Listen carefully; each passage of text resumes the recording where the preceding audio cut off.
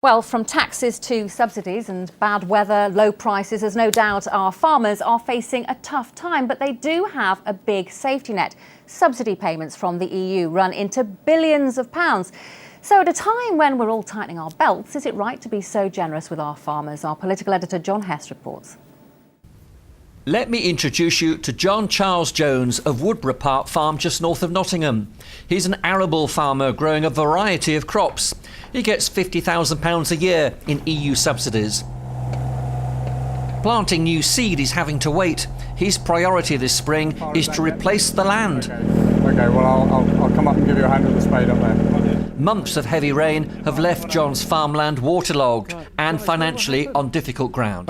This is just sheer volume of water that's come off the fields over this winter. And what impact does it have on the farm?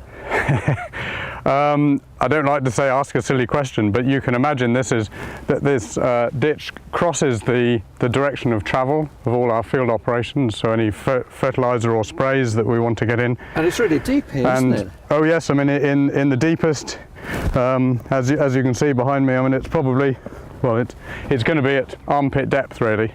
The floodwaters that spread into nearby villages may have gone, but last year's record rainfall continues to have a big impact.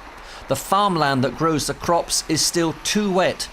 EU cash support through the single farm payment is now keeping many farmers on financial dry land. We earn about £50,000 a year in single farm payment, and if we took that away, I mean our average income over the last 7 years would be just slightly less than £20,000 per year, and that's despite having had two what I would call good years recently. But how can you make the business run? How can you make the farm run on that?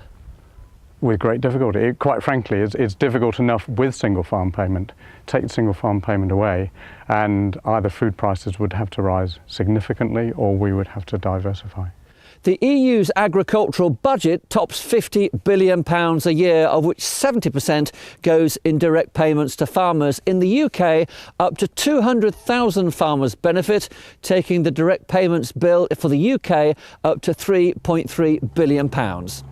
That's just too expensive, says the government. Its message to farmers: EU farm subsidies distort the market. Charles Circum knows a thing or two about distorted markets.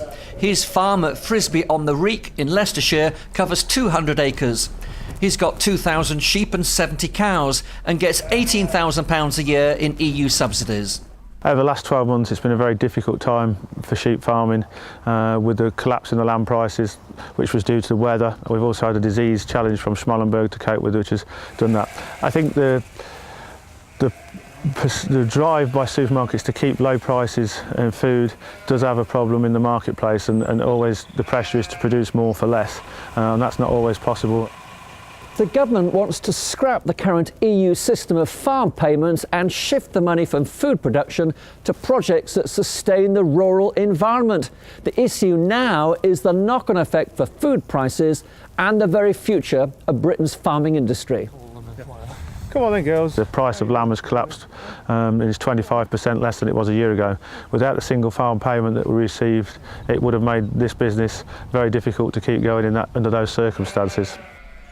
Farming is their livelihood, but their future, like the misty start to this spring, is far from clear.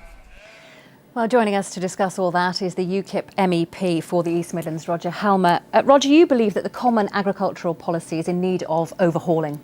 It's in need of reform, and of course Tony Blair gave away a large part of Margaret Thatcher's rebate on a promise of reform. That reform has never materialised. In an ideal world, we would prefer it if established industries didn't need subsidy at all, but we recognise that British farmers have to compete with European farmers and indeed compete globally. Those other farmers are subsidised, and therefore we recognise that farmers need subsidy. We just rather have a subsidy system designed in Britain for British farmers rather than a subsidy system designed in Brussels for French farmers. Well, you saw the farmers in our film there, John and Charles. It's not just a case of needing a subsidy, it's a case of survival, isn't it? It's a case of survival, and I can't understand why our government seems to be bent on removing that money and spending it on something else.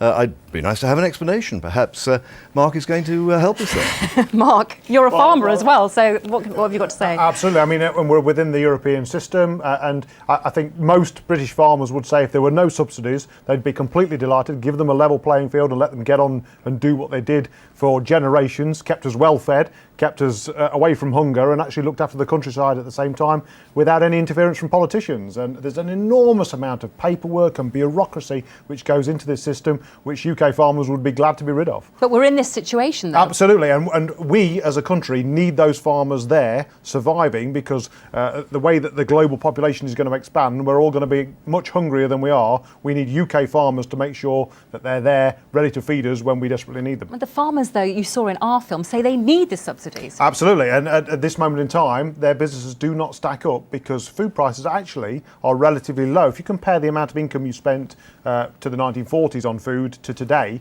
it's much smaller, a much smaller part of your income, and that's because actually UK agriculture's done a very good job of keeping us well fed and looked after that beautiful countryside that we all enjoy looking at. Margaret, you were a minister in charge of DEFRA. Can we keep on paying subsidies like this at this rate?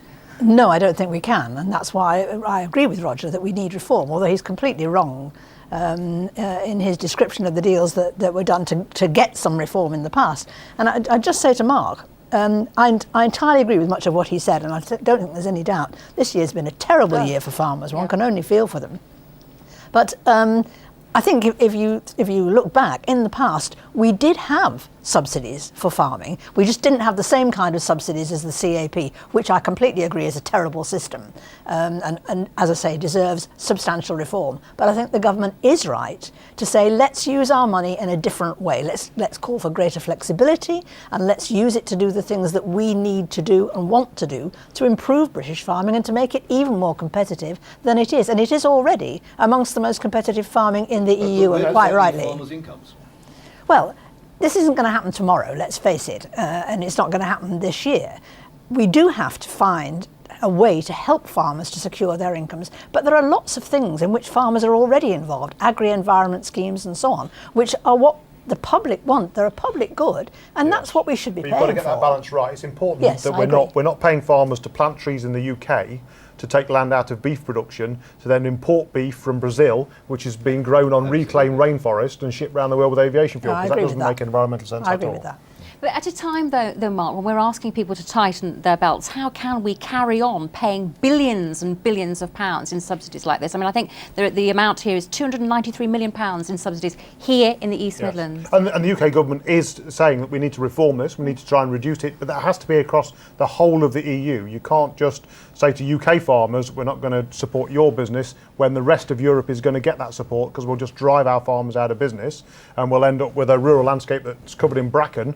And when we're hungry, we'll then be saying, what on earth have we done? But is this the best solution for consumers? Because you worry also, don't you, about the price of food? Well, we do indeed, but I also worry about Margaret's point, saying that the public are demanding the greening of agriculture. In my experience, the public want farmers to produce good food at competitive prices here in Britain. And I don't hear many people demanding the greening of the environment. They want farmers to farm, to look after the countryside. If farmers are profitable, they'll do it anyway. That's what they did for generations. And farming is not an occupation, it's a lifestyle. And if whatever income farmers have, they'll reinvest in that farm and in the future. They don't want the European Commission telling them how to do it, because the European Commission probably doesn't know as well as the farmer knows. But it's not just farmers who are getting subsidies here, is it? There are large landowners get subsidies too, and I think BBC Panorama discovered that almost 50 landowners get more than £1 million. The Queen's Estate said to have £7 million in 10 years.